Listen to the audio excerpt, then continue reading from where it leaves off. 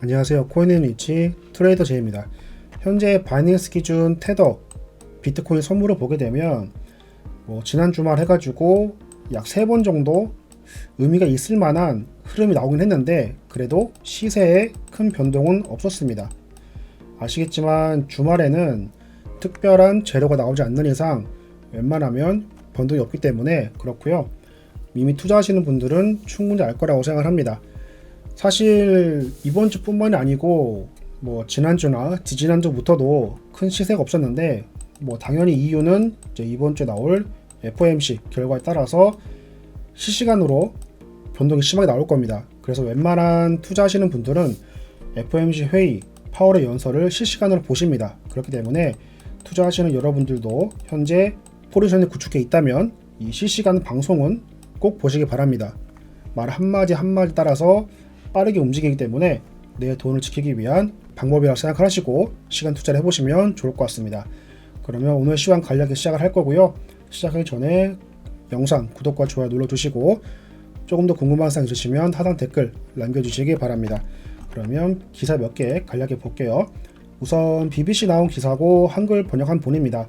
헤드라인은 나는 사람들에게 돈을 갖기 위해 돈을 벌기를 희망합니다 라는 기사고요.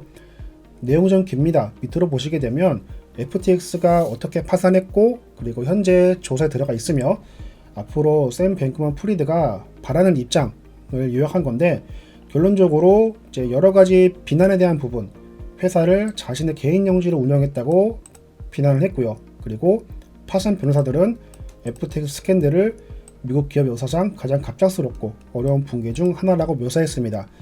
심하게 보게 되면 이전에 있었던 리먼 브라더스 사태 등등 금융위기까지도 가는 분들이 있었는데 전체적으로 코인시장 영향 악재가 많지만 아직까지 조사 결과 그리고 샘 뱅크먼 프리드에 대한 처벌이 발표가 되지 않았기 때문에 조금 더 보시면 좋을 것 같고요. 그리고 지난주에 이제 잠깐 FTT가 반등하는 시장이 나왔었죠. FTX를 좀 살리겠다는 의지가 나오면서 반등한 것을 보이고 있는데 결론적으로는 그 잠깐의 변동성에 너무 개의치 마시고 좀 큰 그림 보시면 좋을 것 같다는 말씀을 드리겠습니다. 그래서 그것은 어떤 식으로든 나에게 달려 있습니다 라고 글을 말했고 결론적으로는 책임을 지겠다 이겁니다.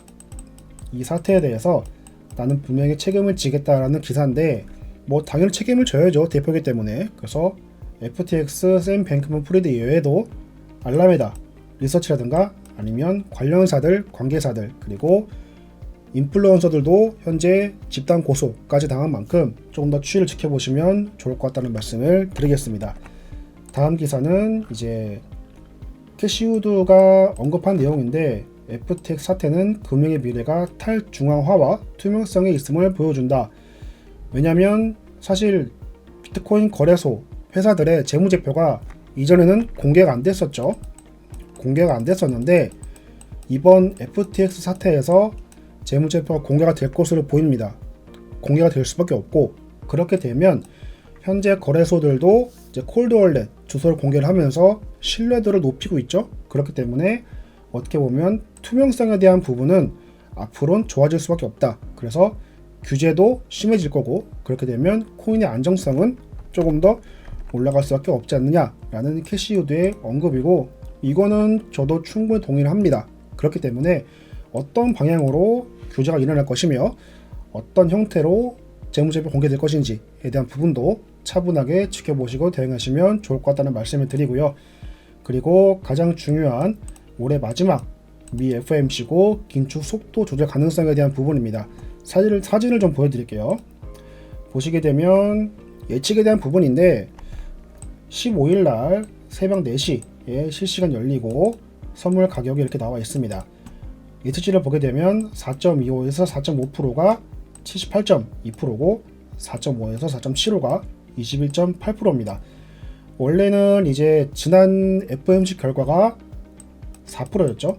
4%에서 0.25에서 0.5를 올리느냐 아니면 0.5에서 0.75를 올리느냐 사실 최소값보다는 최대값에 올라가는 편이죠. 그렇기 때문에 50bp 그리고 75bp를 시장에서는 분석을 하고 있는데 원래는 경제지표 즉 매크로라고 하는 건데 물가나 아니면 기타 제조업 지수라든지 PPI, CPI 등등 보게 되면 어느 정도 고인플레에 대한 인식이 강했고 물가가 서서히 떨어질 것이라는 기대감에 확률이 50bp 쪽이 높았습니다.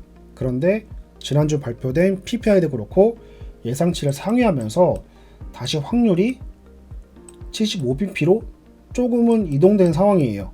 네, 그렇다고 해서 75bp로 결정 나느냐? 이것은 아무래도 당일날 확인해 봐야 될 수치인 것 같고, 당일날에는 변동성이 나올 거지만 50bp, 75bp 발표된 이후에는 파월의 정책적인 부분도 나올 겁니다. 그래서 내년에 금리 인상 계속 할 건지, 아니면 금리 인상 폭을 줄일 건지, 아니면 금리를 동결할 것인지 하는 부분들도 지켜봐야 되기 때문에 현재 시장은 긴장을 많이 하고 있다. 코인 시장 외에도 주식시장, 채권 시장, 상품 시장 모두 긴장할 수밖에 없는 부분이기 때문에 관련해서 예측치의 흐름을 잘 이해하시고 다음에 예측이 됐을 경우 안 됐을 경우 두 가지의 시나리오를 짜셔서 매매에 적용하시면 조금 더 도움이 많이 될 것이라고 예상을 합니다. 그래서 오늘 영상 간략히 여기서 마치고 조금 더 지켜보시되 내일도 관련 내용으로 인사드릴 테니까 잘 보시면서 궁금한 사항은 질문 주시기 바랄게요. 그러면 영상 마무리하고 저는 내일 더 좋은 영상으로 인사드리겠습니다. 감사합니다.